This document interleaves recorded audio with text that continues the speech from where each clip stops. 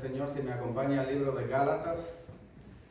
En esta ocasión vamos a entrar. Esta carta tiene naturalmente, es dividida en 3 porciones y esta es la última porción. Gálatas 5, y vamos a estar estudiando la palabra del Señor del versículo 1 al 6.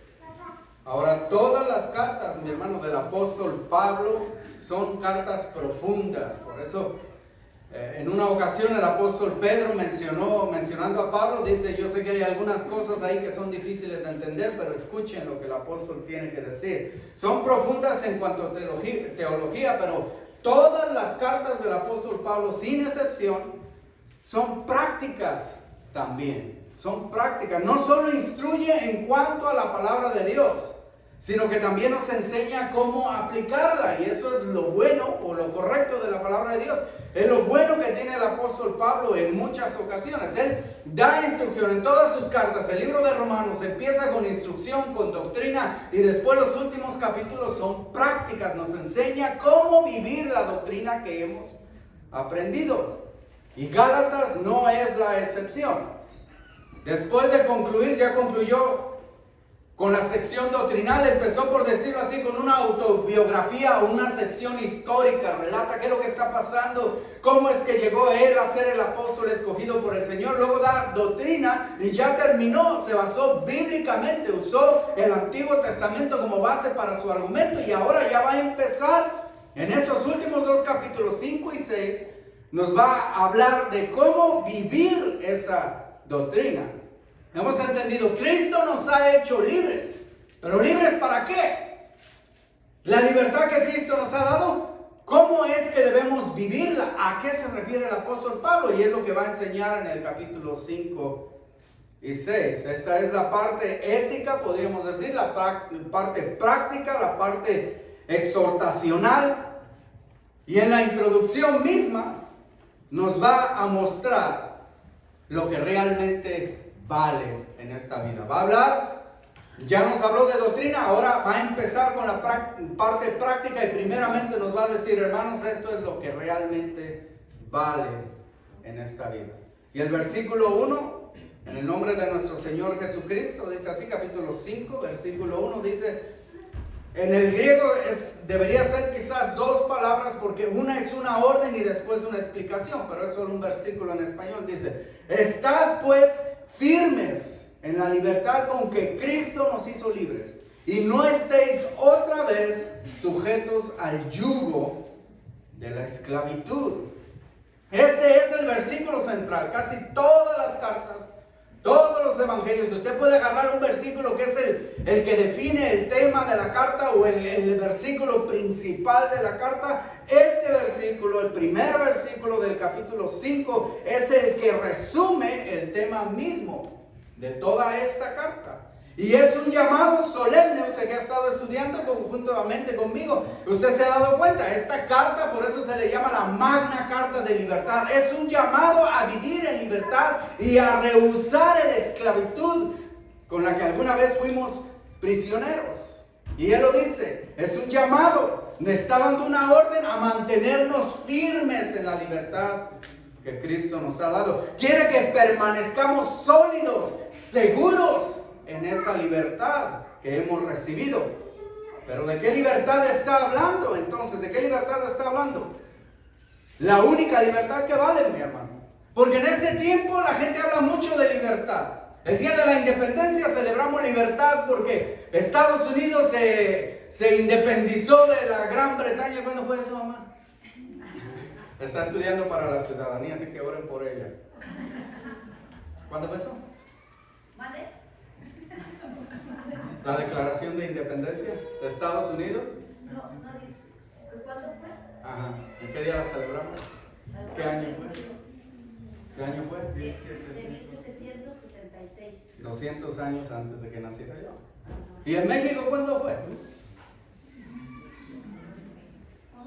¿En México cuándo fue? Los mexicanos.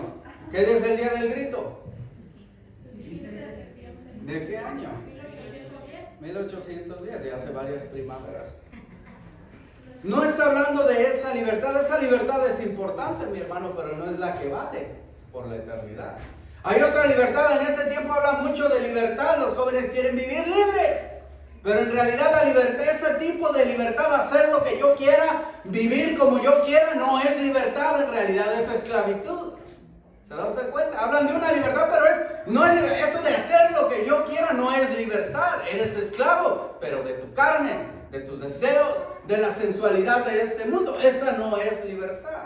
El apóstol Pablo está hablando de la libertad que vale. ¿Cuál es esa? La misma que Cristo pagó con su sangre. Mi hermano, el apóstol nos ha mostrado que tanto judíos como gentiles eran esclavos. Aunque unos quizás conocían la ley, eran esclavos de la ley.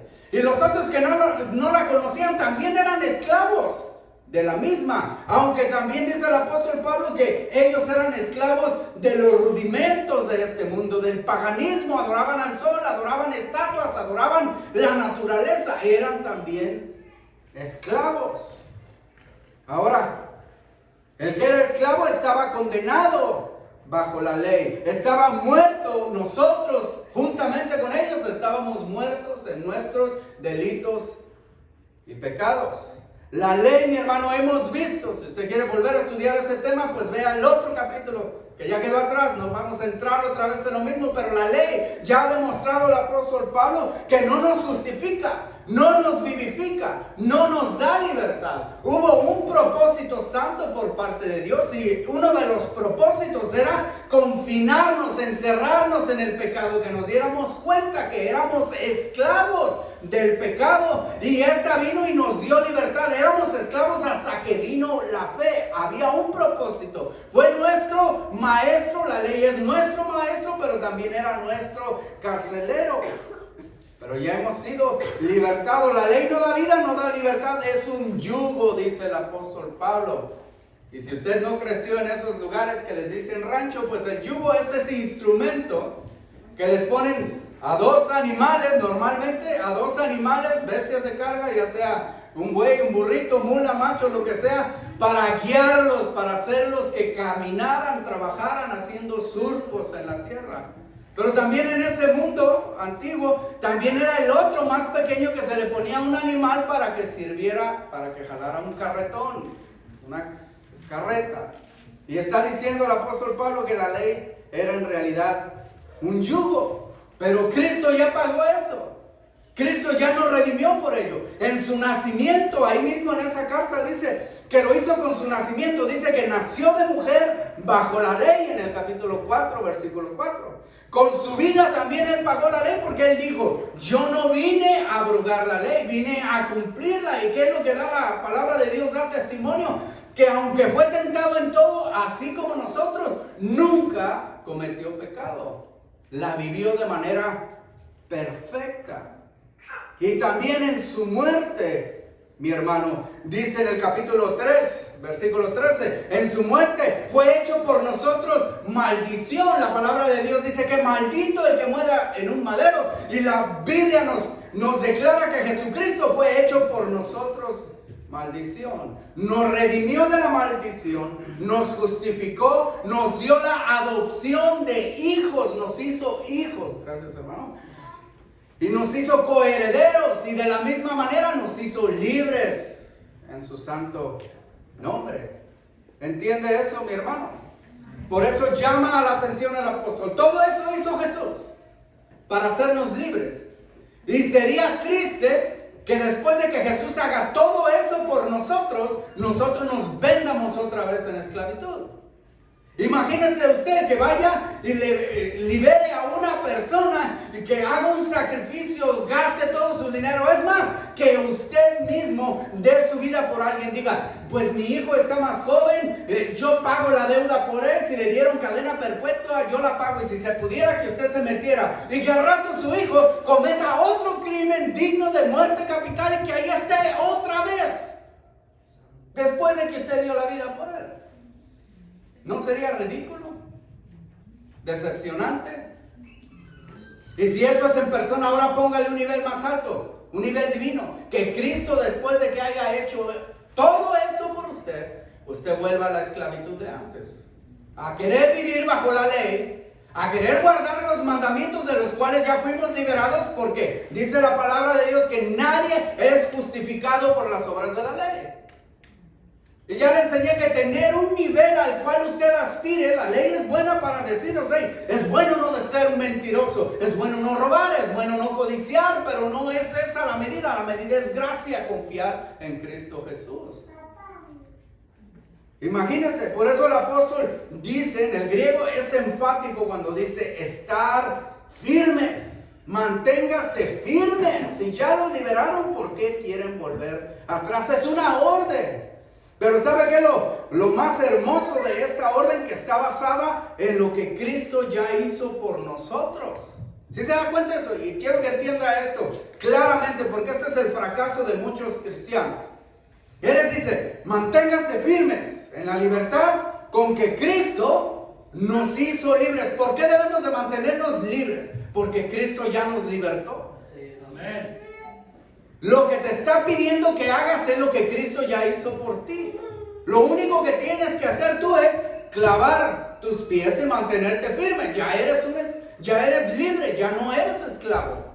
Es lo único. Cuando Dios te pide que hagas algo, es porque Él ya te dio el poder para que lo hagas. Gloria a Dios. Si Él dice que todos nosotros debemos de dejar de pecar, es porque Él nos dio la habilidad y el poder está en cada uno de nosotros. Se llama Dios Espíritu Santo para que podamos vencer el pecado. Tú ya no eres esclavo. Si hay un vicio, una lucha o algo tremendo, somos engañados por nuestra carne a creer que eso va a ser mi problema de toda la vida. Cuando Cristo ya nos dijo, yo ya te he libertado, tú ya no eres esclavo de ese pecado. Ahora confía en Él para que venzas esa lucha. ¿Sí entiende eso? Amén. Imagínense, nuestra vida cristiana sería muy diferente si no solo la entendiéramos, sino que de verdad lo creyéramos. Dios ya nos dio el poder para obedecer y hacer lo que Él quiere que hagamos. Lo que Él pone ahí en esa lista no es algo imposible. Lo pone porque Él ya nos dio el poder como cristianos para hacerlo. Cristo nos hizo libres. ¿Qué tenemos que hacer nosotros? Mantenernos en esa libertad. No la ganamos. Dice ahí, Cristo nos hizo. No la compró usted. Cristo se la dio a todo aquel, a usted y a todo aquel que ha creído en su santo nombre. Él lo dice muchas veces. ¿Qué nos hizo libres? Obviamente aquí está hablando del pecado. Si nos hace libres de la condenación que había contra nosotros, como dice el libro de Colosenses, removiendo el acta que nos era contraria. Nos hizo libres del pecado.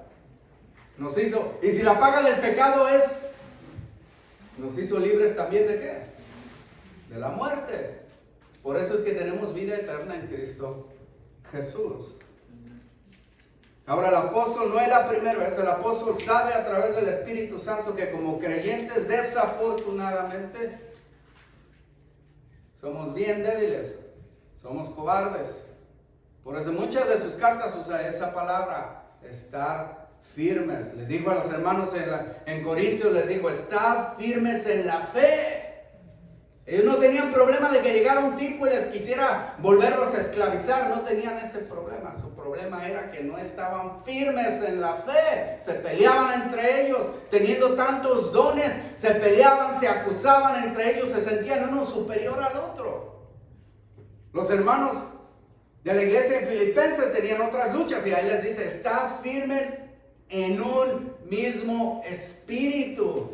Le llega acá noticia al apóstol Pablo que esta iglesia, que era bien pobre, pero bien fiel, siempre le daba dinero, siempre lo apoyaba, le daban de su pobreza, dice él, juntaban de lo que no tenían para darle para que él continuara en la obra. Dice, cuando sube en Tesalónica, ustedes fueron los únicos que me apoyaron. Pero había una lucha y un problema. Dos hermanas con unos nombres, no se los ponga a sus hijas, si no quiere tener pleitos, Sintique y Edodoquia, o no recuerdo el nombre, se peleaban entre ellas y estaban dividiendo a la iglesia.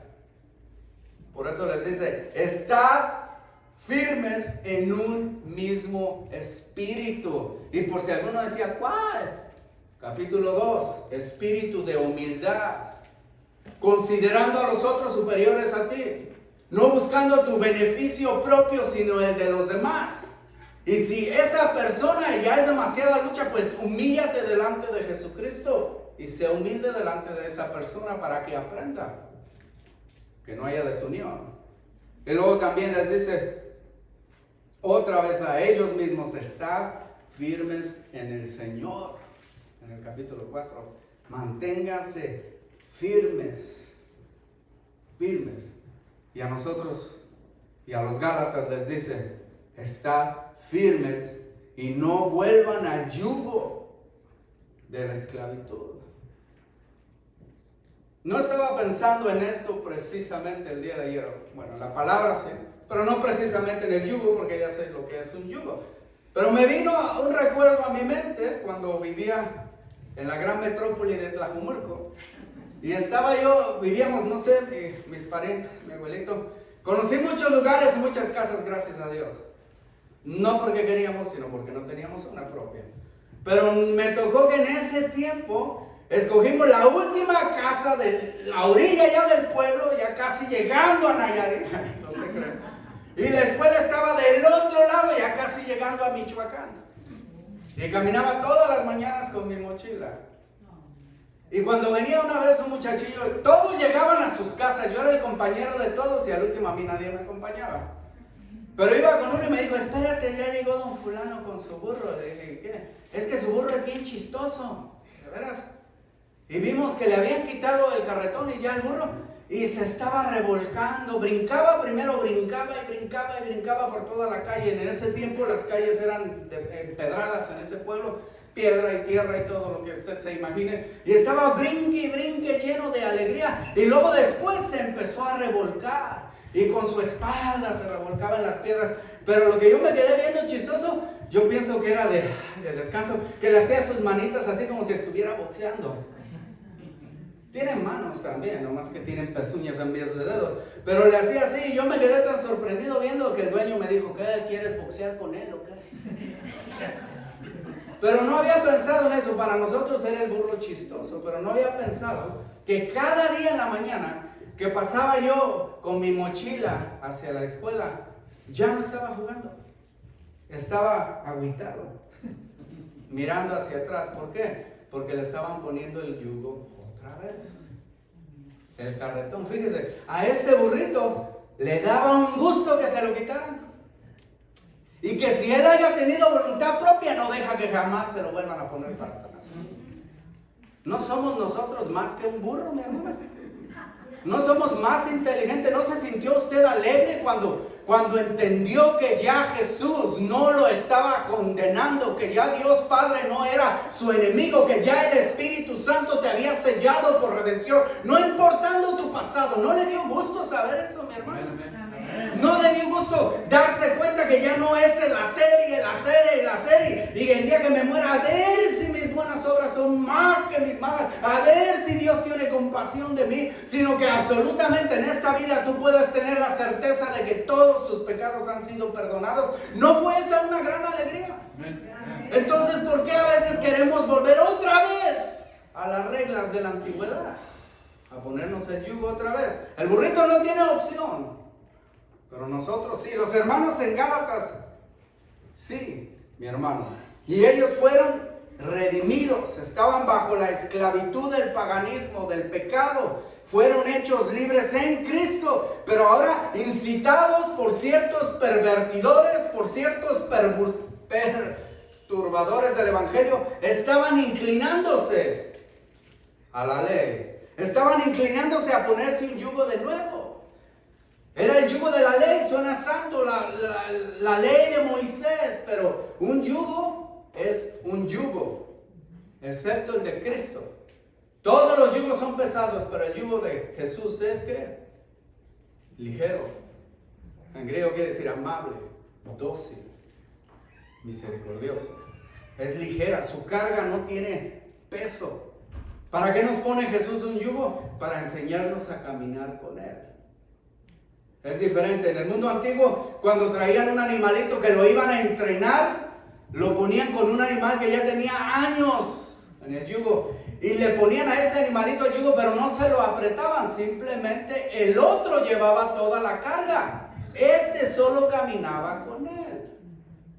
Y es lo que nos dice Jesús: yo llevo toda la carga, simplemente sujétate a mí, en humildad, porque Él no lo hace a la fuerza. Querían volverse a poner un yugo, diferente sí, pero yugo al fin. Es como salir de una celda, llega alguien y libera todas las cárceles, las abres todas, y tú estabas en una que tenía, que no tenía cama, estabas durmiendo en la tierra, no tenía baño, ahí hacías en una esquinita, y te abren la celda y dicen, todos salen libres, y vas tú corriendo y ves una celda que tiene cama, y baño, y shower, y te metes a ella y dices, esta está mejor, y te encierras. Sigue siendo celda, mi hermano. Ya no era el paganismo, ahora es la ley, pero sigue siendo yugo. Es como los países en Europa, sucedió que algunos tenían dictadores, y cuando supieron que se estaba levantando Alemania, el nazismo, muchos de ellos se rebelaron contra el dictador para venir a ponerse a las órdenes de los nazis. De un yugo a otro yugo. Y después que se dieron cuenta que ese también era pesado, se rebelaron y recibieron a los rusos al comunismo. Un yugo a otro yugo a otro yugo. De nada sirve. El mismo apóstol Pedro dijo, cuando había esa gran discusión si los gentiles deberían seguir la ley no moral, sino la ley ceremonial, él mismo les recordó a los hermanos, el apóstol Pedro, en el libro de los Hechos 15:10, ni nuestros padres, ni nosotros mismos hemos podido llevar ese yugo. ¿Por qué se lo quieren poner a los gentiles? Más bien les dice, antes creemos que por la gracia del Señor Jesús seremos salvos, no por el yugo de la ley. Ahora estos pervertidores, como ya estudiamos antes, proponen o enseñan que para ser realmente salvos había que agregarle la ley ceremonial. Eso es lo que ellos estaban enseñando. No estaban diciendo que Cristo no, simplemente están diciendo que tenían que agregarle. O sea, están diciendo esto: Cristo más la ley, y entonces eres salvo de verdad. Si quieres ser salvo de verdad, Cristo y la ley. Algo así. O la cruz y mis obras. La cruz no es suficiente. Es bueno para empezar, pero tienes tú que hacer las obras de la ley. Si no, de nada sirve. O decían, la mesa del Señor, o la comunión, más las ceremonias del templo. O decían, bautizo más circuncisión, si quieres ser salvo. ¿Cómo le iban a hacer las hermanas entonces? Bautismo más circuncisión. Si no, no hay salvación. Y hay gente aún así, que le agregan todo tipo de cosas para ser salvo después de Cristo. Hay grupos que se reúnen los sábados porque dicen que ese es el día que el Señor mandó.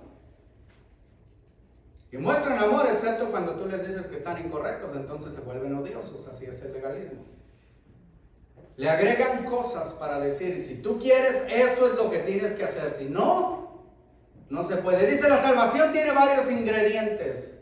Solo uno, la gracia del Señor Jesús. Somos salvos por gracia. Y es un regalo. Creer por fe es un regalo también que provino de Dios. La santidad es hacer. Hay muchos. La salvación te vuelve un creyente. Pero si quieres ser discípulo, te tienes que esforzar. Pero ya eres salvo. ¿Entiende eso? No estoy hablando aquí de santidad. No se vaya a confundir. De salvación. Si usted le agrega cualquier cosa a Jesucristo, usted le está dando una bofetada a Cristo. No me importa que tanto diga que le ama. Si usted dice que usted tiene que hacer algo, usted está ofendiendo a Dios Padre. Está reduciendo el sacrificio de Jesús a la nada y está yendo en contra del Espíritu Santo, porque su palabra dice que solo la gracia es suficiente. Creer, nada más.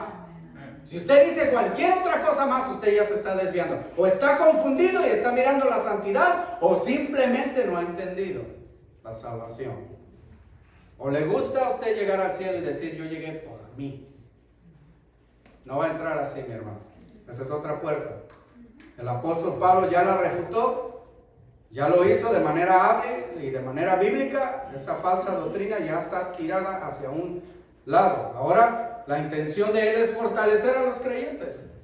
En estos siguientes versículos, fortalecerlos para que no acepten esa doctrina. Fortalecerlos para que entiendan y sean fuertes.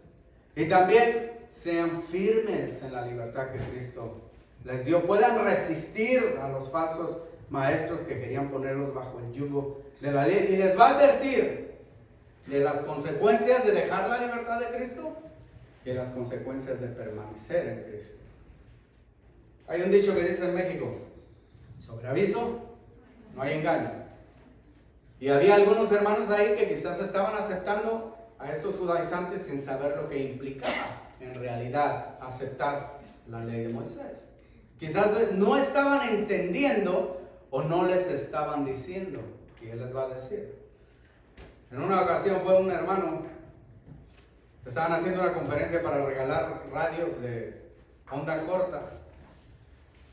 Iban a establecer un canal que mande el evangelio. Onda corta se mueve en lugares, en cerros, donde no llega el FM, otro tipo de radio, no llegan ahí.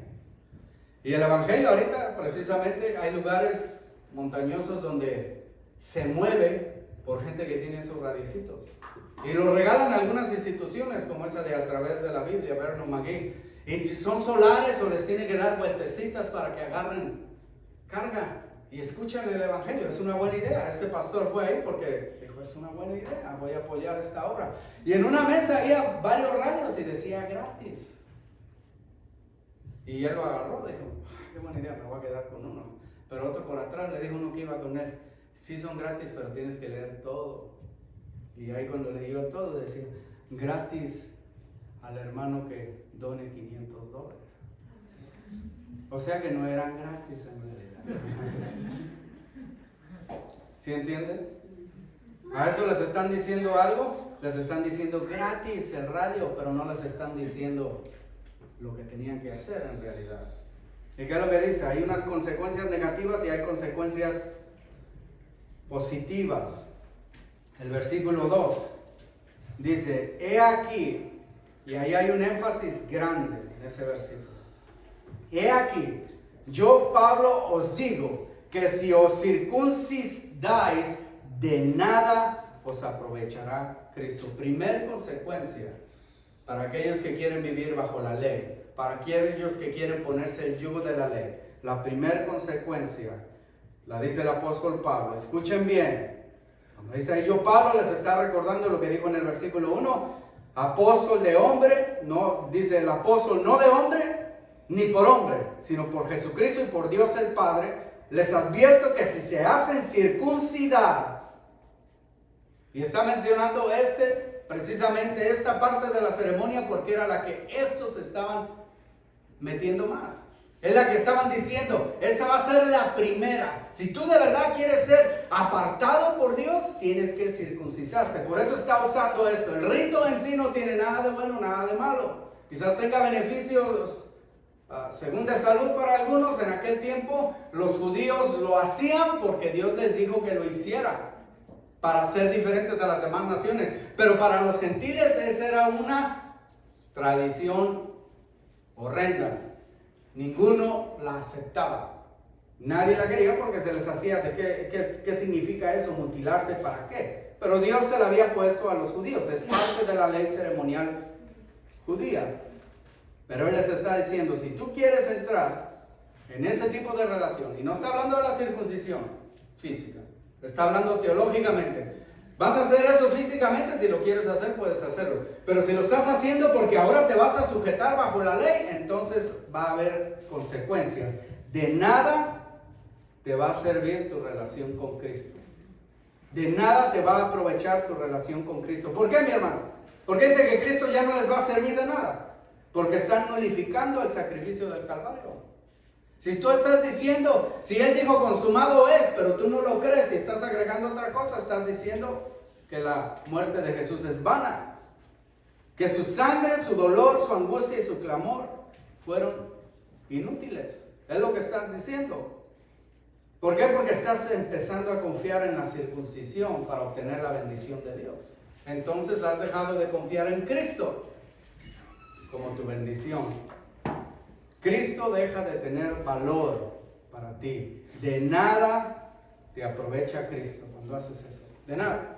Si empiezas a vivir bajo reglas de la ley para complementar tu salvación, o bajo reglas de cualquier persona según tú para ayudar a tu salvación, entonces quiere decir que Cristo no murió por ti. No te aprovecha en nada. Está rompiendo tu relación con Él.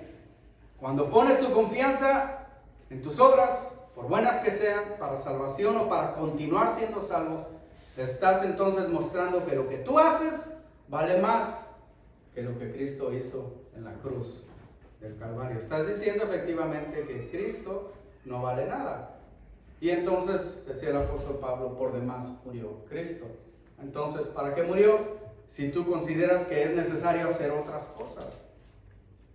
Esto es bastante serio, mi hermano. Confiar en otra cosa, estás diciendo que Cristo.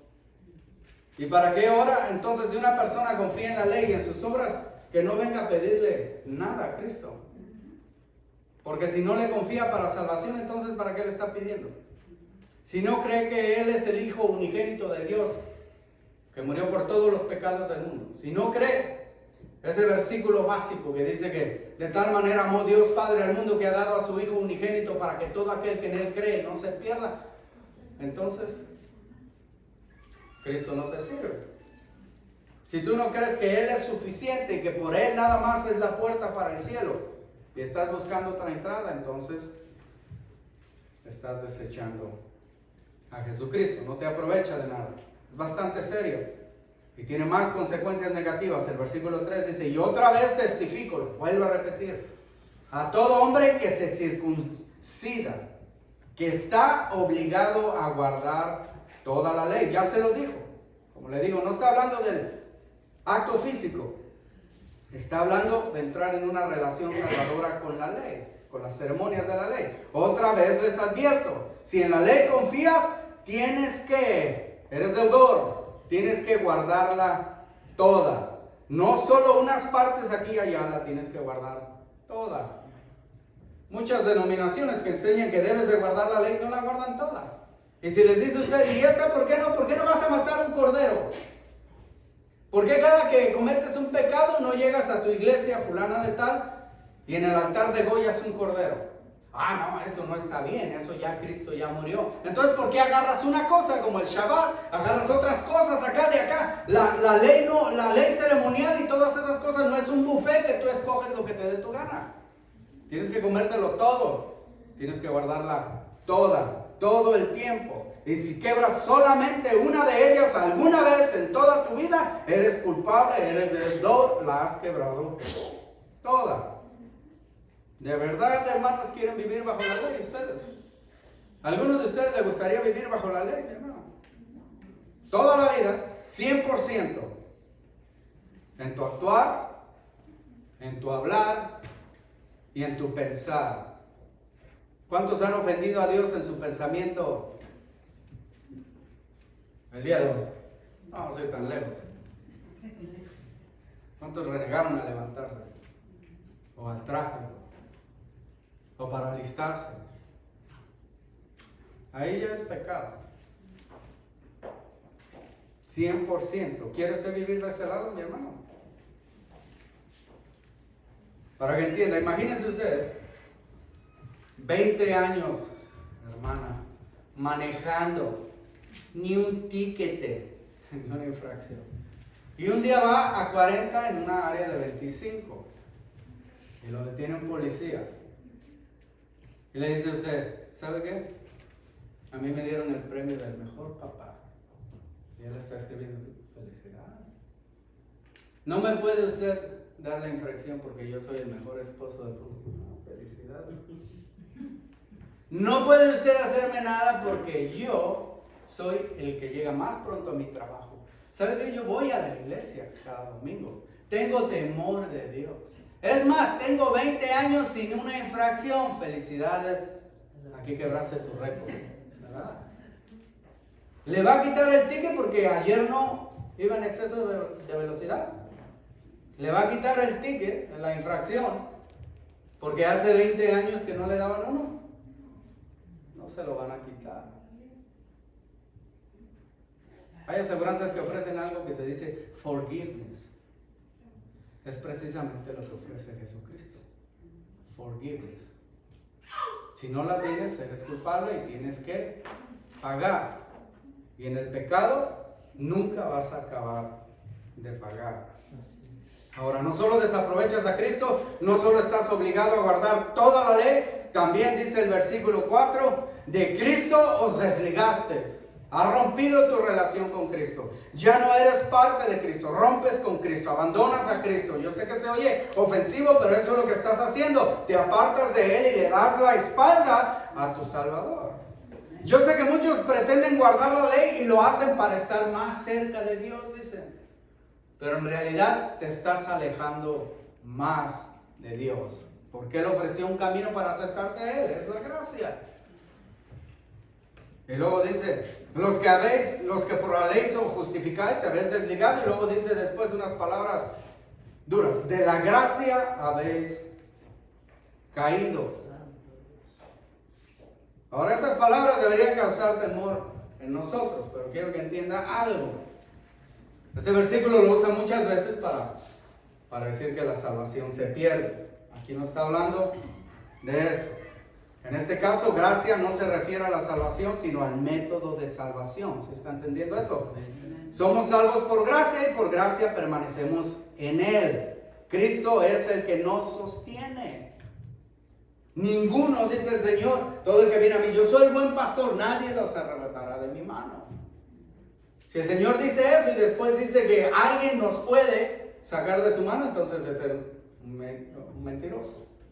Si Él dice que ninguna condenación hay para los que están en Cristo Jesús y después alguien dice, hizo esto y ok, se perdió, entonces es un mentiroso. Si dice que nada nos puede separar del amor de Dios, ni nuestras propias decisiones, dice, ni la muerte, ni lo pasado, ni lo presente, ni lo futuro, ni demonios, ni luchas. ¿Por qué incluye luchas? Porque a veces en medio de la persecución un buen cristiano se va a decepcionar de Dios y a lo mejor hasta va a renunciar de su fe en esos momentos. Pero dicen, ni siquiera eso nos podrá apartar del amor de Dios. ¿Cuántos de ustedes se consideran buenos padres? Qué bueno que no levantó la mano, ¿no? No era una competencia, porque si no están sus hijos aquí, ¿cuántos de ustedes? ¿Cuántas veces ha llevado al mocosillo y a la mocosilla? Le dice, no te pases por aquí, no corras aquí en la calle porque hay mucho tráfico, y ella le suelta la mano. ¿Usted se la suelta? Usted también se la agarra, ¿no? ¿Cuántas veces, a veces así es nuestra relación con Cristo? Nos soltamos, pero Él no nos suelta a nosotros. Si usted siendo malo, aunque su niño no quiere a veces caminar con usted y estar seguro en usted, si usted siendo malo no lo suelta, cuanto más tu padre que es bueno, ¿crees que te va a soltar? ¿A qué se refiere entonces con caer de la gracia? Dejar de confiar en ella para salvación y para permanencia. Nosotros estamos aquí por gracia. ¿Cuántas veces decimos eso? Pero luego decimos, tengo que hacer esto para permanecer en las manos de Dios. Entonces, ¿estás por gracia o por lo que tú hagas? Para caminar en el Espíritu hay que luchar contra la carne. Para permanecer en Dios, Él nos sostiene.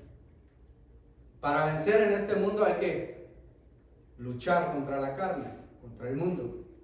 Pero para estar en Dios, si ya nos vio Juan cantándole millares de millares, ya nos vio Pablo sentado en lugares espirituales, ¿qué es entonces caer de la gracia? Dejar de confiar que Dios es tu Salvador y echarle ganas tú para ayudarle al Señor. Eso es caer de la gracia. Si los Gálatas aceptan la circuncisión como necesaria para su salvación, entonces estarían dejando el sistema de la gracia para entrar al de la ley. Fíjese, ¿qué inculca eso? ¿Qué es lo que dice en la gracia? En el mundo antiguo, ¿cuántos entraban al templo? Al lugar santísimo. Los sacerdotes nomás. ¿Cuántas veces lo hacían? Una vez al año. ¿Y qué tenían que hacer? Limpiarse todo el año. Y muchos de ellos entraban, empezaron a agarrar la costumbre de ponerles una campanita y un hilo, un megatito. Porque muchos entraban y estaban oyendo que se oyera la campanita. A veces ya no se oía la campanita, Dios los cortaba. Y había que jalarlos con un mecatito, porque ¿quién se iba a meter? Si al que era el sumo sacerdote, al que se había limpiado todo el año, el Señor había dicho nada. Pero ¿qué es lo que dice la gracia? Libros de Hebreos. Entremos confiadamente. ¿A dónde? Hasta mero enfrente. Si tú te desligas de la gracia, no puedes entrar. Si tú dices que ya no eres de la gracia, eres de la ley, no le puedes decir Abba Padre. ¿Dónde en el Antiguo Testamento la nación, una persona individual le dijo a Dios Padre? Nunca. Nunca. Padre de Israel. Pero nunca tuvieron una relación personal de decirle Padre, mucho menos Papi. Si ya confías en la ley, no vengas a orar a Jesucristo, porque ya Él no es tu Salvador. Eres tú tu Salvador, entonces busca otra manera.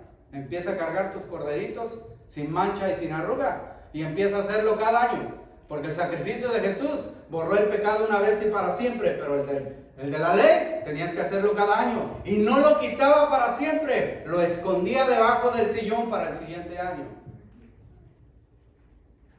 ¿Entiende las consecuencias, mi hermano?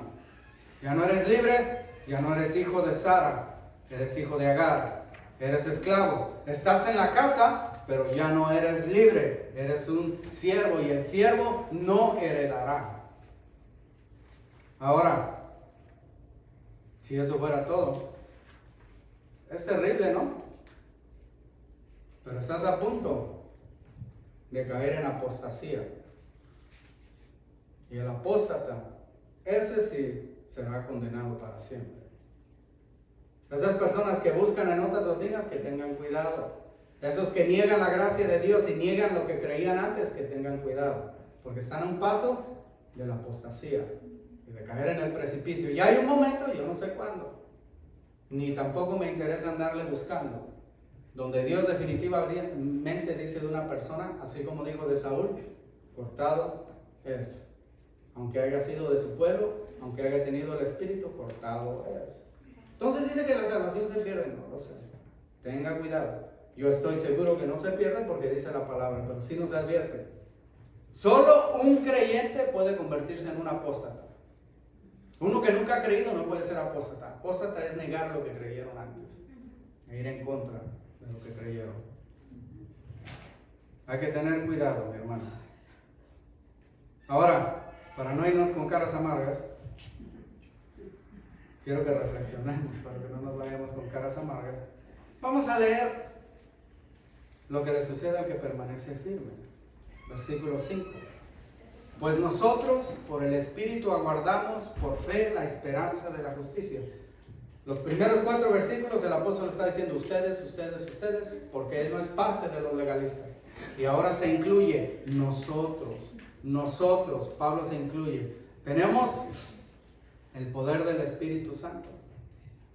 ¿Cuántas personas en el tiempo de la ley tenían el Espíritu Santo en ellos constantemente? Ninguno. Eran tomados por el Espíritu y después el Espíritu se iba. Usted tiene el poder del Espíritu Santo. Si usted permanece, el Espíritu Santo está en usted siempre. Si no permanece, el Espíritu, ¿qué hace primero? Se entristece. Así es. Y después es apagado. Y aunque usted es un templo, está como muchas iglesias de Europa hoy. Es un templo vacío, nada más, de nombre. El Espíritu ya no tiene vida. Tiene el poder del Espíritu Santo. Tiene el poder de fe. Fe para esperar, dice ahí. Para esperar, aguardar con gozo en el día del Señor glorioso, donde Él va a completar tu justificación. Usted es justificado el día que aceptó a Jesucristo. Pero luego es un proceso constante. Usted está haciéndose justificado, creciendo en el conocimiento de la gracia de nuestro Señor Jesucristo. Pero un día va a llegar y el Señor nos va a transformar a todos. Ese día. Ahora, el creyente que cree en gracia Ese día lo esperamos. La palabra que dice aquí es con ansiedad, con alegría. El que es legalista, ese día lo espera con miedo. Todas las personas que viven bajo ese sistema, el día que se están muriendo, no importa, bien soy yo que tenía 50 años de pastor y decía que se despertaba llorando, con pesadillas, porque no estaba seguro si ese día era salvo. No sé, al principio, no sé si reírme, darme coraje, pero después me da tristeza. Tanto tiempo estudiando la Biblia y todavía no saben si de verdad son o no son, y se mueren espantados. Luego hay otros que enseñan que si te mueres enojado, como estar enojado es un pecado, no importa si fuiste un cristiano ejemplar, si en ese rato te mueres cuando estás haciendo algo malo, te vas a ir al infierno. Qué triste es confiar en esa religión, mi hermano. Yo por eso confío en Jesucristo. Y nosotros deseamos que Él llegue. Cuando cometemos pecados, deseamos que Él llegue. Yo deseo que ya llegue, para ya no estar luchando contra mi carne, para ya de verdad servirle completamente a Él. Yo deseo que Él venga. Yo deseo que Él venga, para ya no estar defraudando su nombre. El legalista cuando peca dice, no, que no llegue, porque ahora sí, me quedé. No. El de la ley, ¿cuándo sabías? ¿Cuándo es suficiente? ¿Cuánto fruto tienes que dar? ¿Cuántas obras tienes que hacer? ¿Cuándo te vas a dar cuenta si ya lo lograste? Nunca. El que confía en la palabra de Dios sabe que ya está en Él. Y luego dice, tenemos una esperanza segura. Algún día no solo le veremos, mi hermano, sino vamos a ser semejante a Él. Amén, amén. Y esa esperanza es para transformarnos día a día. Dice la primera de Juan, el que cree que Él ya viene, se limpia, porque sabe que se purifica, porque sabe que ya va a venir. Si decimos, Cristo ya viene y vivimos en pecado, no hemos entendido. El que cree, el que tiene esa esperanza le da ánimo para renovarse, para llevarnos de gracia en gracia. El legalismo no espera a Jesucristo con gozo, tiene miedo porque no sabe si le va a gustar o no le va a gustar. Está pensando, ¿qué tal si hoy? ¿Qué tal si no soy? El que por obras piensa ser renovado fracasa. ¿Cuántos de ustedes después de un sermón se proponen hacer algo? ¿Cuántos se propusieron algo al principio de año, algo cristiano, y no lo han hecho todavía? ¿Cuántos después del ayuno propusieron algo en su corazón y no lo han hecho todavía? ¿Cuántos después de la vigilia dijeron algo y no lo han hecho todavía? Si fuera por lo que usted hace, ¿estaría en el cielo? Si Él nos dijo que ir a evangelizar, ¿cuántos han evangelizado? ¿Estaría usted en el cielo? ¿Cuántas veces decimos que vamos a hacer algo y somos hallados mentirosos? Es más, aquí se está, envíame a mí. Mi hermano no va a darle right a fulano. No queremos salir del celular. Vamos a querer ir a evangelizar al vecino. ¿Cuánto conocen los vecinos de ustedes? A todos. Mejor no vayamos por ese camino, mi hermano. Mejor no vayamos por ese camino. Porque no vamos a cumplir. ¿Y sabe qué? En ese camino no hay esperanza. La esperanza está en Cristo Jesús. Ahora, ¿vamos a seguir de flojos? No, mi hermano. Échele ganas. Échele ganas. Debería echarle ganas. Cristo ya viene pronto. Les digo como un muerto a varios muertos. Échele ganas. Si no va a llegar tiznado al cielo. Y va a ser la peor tristeza. Si llega tiznado uno que fue salvo ayer y se murió hoy, no hay problema. Si llega tiznado uno que tiene 15 años en el Evangelio, qué vergüenza. Dice que no va a haber llanto ni más tristeza allá arriba, sí va a haber el día de la premiación. Pero después se le va a pasar. Y después se va a conformar en andar caminando por las calles de cristal cuando podía andar en un Gran Marquis, en un Mercedes, en un Lamborghini. Pero va a decir usted, yo soy humilde, por eso me estoy ejercitando para no padecer problemas de salud. No va a haber problemas de salud en el cielo. Échele ganas a la capacidad que usted tiene, a lo que Dios ha puesto en su corazón. Nada más sea fiel en eso. Y si va a prometer, a veces es porque el Espíritu le hizo que prometiera. Y si no lo hace, usted está yendo en contra de la voz que le llamó. Pero ¿qué es lo más importante en esta vida? Lo voy a decir por último, para que le vuelva la risa. Porque en Cristo Jesús, dice el 6, ni la circuncisión vale algo, ni la incircuncisión, sino la fe que obra por el amor. Se me hace que lo voy a dejar otra vez triste. I'm sorry. Al rato me voy a Houston. El que permanece firme entiende que algunas cosas, aunque son buenas, parte de la religión, parte del cristianismo, son buenos. En la vida religiosa no son lo que más vale. Es el caso de la circuncisión, ni la incircuncisión valen para nada. Los judaizantes creían esto y afirmaban, y de seguro cuando oyeron esto casi se desmayaron, pero él les dice, si están incircuncisos, felicidades, el apóstol Pablo estaba circunciso. Si no lo están, felicidades, Tito no lo estaba, Lucas no lo estaba, eran gentiles, no hay problema. Eso era importante en aquel tiempo, quizás para la religión de aquel tiempo, cuando el Señor les llamó, pero ahora en la gracia ninguna de esas cosas importa. Hay gente que se pelea por cosas que no importan. Que si te tapa la mujer, que si no se tapa. ¿Importa eso para la salvación? Un libro menciona esa cosa. Y se hacen guerras. Aunque el apóstol Pablo después dice claramente, los judíos no tenemos esa costumbre. Las iglesias que yo he visitado no tienen esa costumbre. Pero ahí sí, esa es su costumbre, bueno, ahí se los dejo a ustedes. Pero condenar a alguien por costumbres o tradiciones, eso no vale nada. Cuando estés delante de Dios, ninguna de esas cosas, si tú no comías puerquito, no te va a servir de nada. Y si tú comías mucho, porque yo sé que soy libre, no te va a servir de nada. Ninguna de esas cosas son importantes cuando estés delante de Jesucristo, y todos vamos a estar delante de Él. Lo que vale, lo único que cuenta, es la fe que obra por amor. Y los legalistas y los judaizantes no tienen ninguna de las dos cosas. Porque le agregan otra cosa a la fe y porque no tienen amor. Yo los he conocido. Yo los he conocido. Solo te aman cuando estás de acuerdo con ellos. Y después te patean cuando no lo estás. El hermano que ha crecido entiende que vamos a ser diferentes. En el fundamental tiene que haber unidad. En las cosas que no son fundamentales,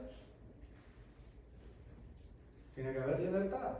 Déjale, hermano, si esa es su convicción, déjalo que las haga. Pero sobre todas las cosas tiene que haber amor.